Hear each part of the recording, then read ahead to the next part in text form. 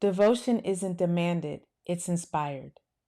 Welcome to day 32. I'm Dr. Nicole, and today we're talking about how to inspire genuine devotion in a man, not through manipulation, not through games, but through the natural power of feminine energy.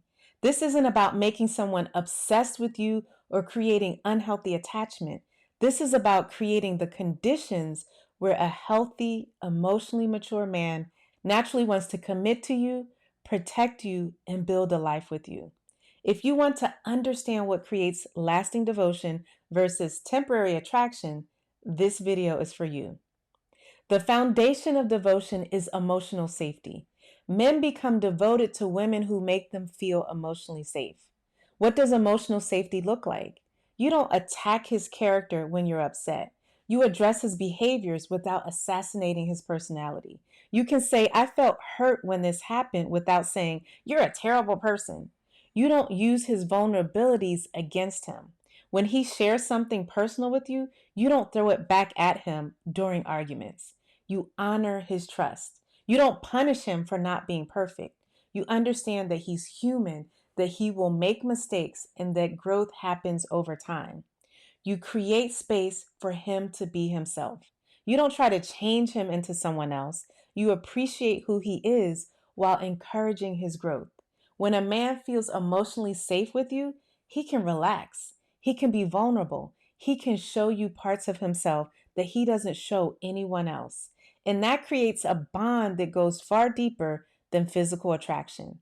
Men become devoted to women who see their humanity and love them anyway. Here's something crucial to understand. Men bond through contribution. They become attached to people they can provide for, protect, and add value to.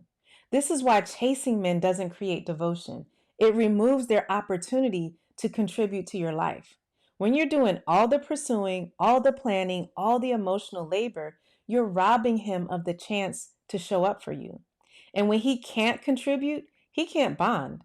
But when you allow him to plan dates for you, solve problems for you, help you with things, make your life easier in some way, feel needed and valued, he starts to feel invested in your happiness. Your joy becomes his joy because he had a hand in creating it. This doesn't mean being helpless or incompetent. It means being secure enough to let him contribute to your life in meaningful ways. The key is allowing him to add value while maintaining your own capabilities.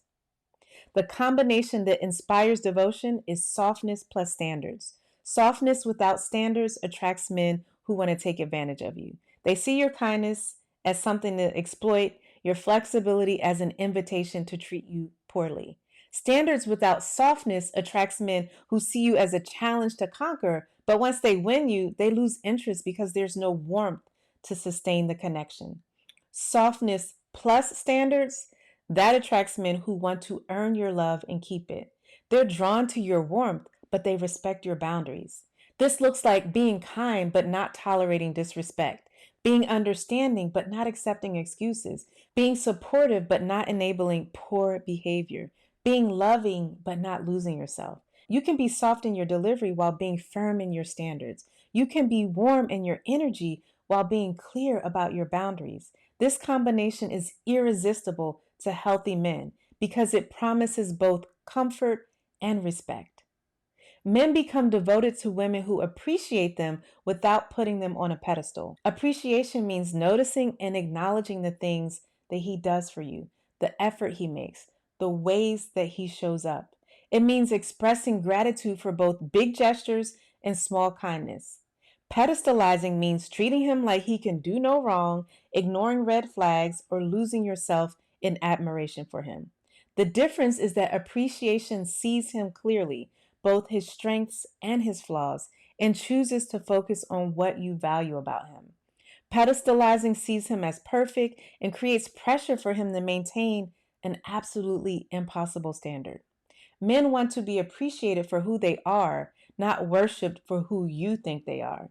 When you can see his humanity and still choose him, when you can acknowledge his imperfections and still value him, that creates the kind of acceptance that inspires devotion. Let's talk about why chasing is the enemy of devotion. When you chase a man, you remove the mystery, the challenge, and the opportunity for him to choose you. Chasing removes mystery. When you're always available, always reaching out, always making yourself known, there's nothing left for him to discover. Mystery creates intrigue, and intrigue creates desire. Chasing also removes the challenge, not a game playing challenge, but the natural challenge of earning someone's love and attention. When you give everything up front, there's nothing left to work towards. Chasing also removes choice. When you're pursuing him, he's not choosing you, he's just responding to your pursuit. But devotion comes from choice, not convenience.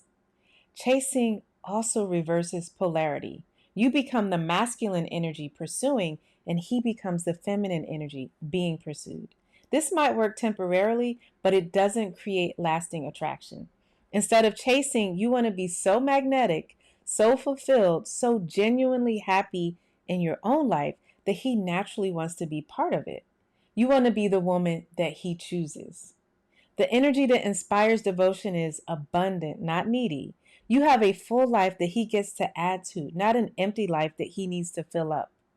Being confident, not insecure. You know your worth and don't need constant reassurance of it. Being present, not anxious. You can enjoy what you have with him without constantly worrying about the future. Appreciative, not entitled. You're grateful for his efforts without expecting them, without feeling entitled to every little thing from him. Soft independence, not clinginess. You can be happy with or without him, which makes him want to ensure that you choose the with him part. This energy is attractive because it's rare. Most people are operating from scarcity, neediness, and insecurity. When you operate from abundance, confidence, and security, you stand out. You really stand out. Here's how to inspire devotion. 1. Let him pursue you. Respond, respond warmly to his efforts, but don't do all the work of keeping the connection alive. Express appreciation. Notice and acknowledge the things he does for you, both big and small. Maintain your own life. Keep your friends, your hobbies, your goals. Don't disappear into the relationship. Be emotionally safe. Handle conflicts with grace, respect his vulnerabilities, and create space for him to be human. And don't forget the importance of having your own standards. Know what you will and won't accept and communicate those boundaries with kindness but firmness. Remember, you can't force devotion, but you can create the conditions where it naturally develops. Ladies, let him choose you every day through your actions, your energy, and the life you've created. When a man feels like he's chosen you, when he feels like he's earned your love rather than been given it freely, when he feels like he adds value to your life, that's when devotion is born. Make sure you hit subscribe for day 33, where I'm reacting to viral TikTok dating advice because some of what's being shared needs a psychological perspective.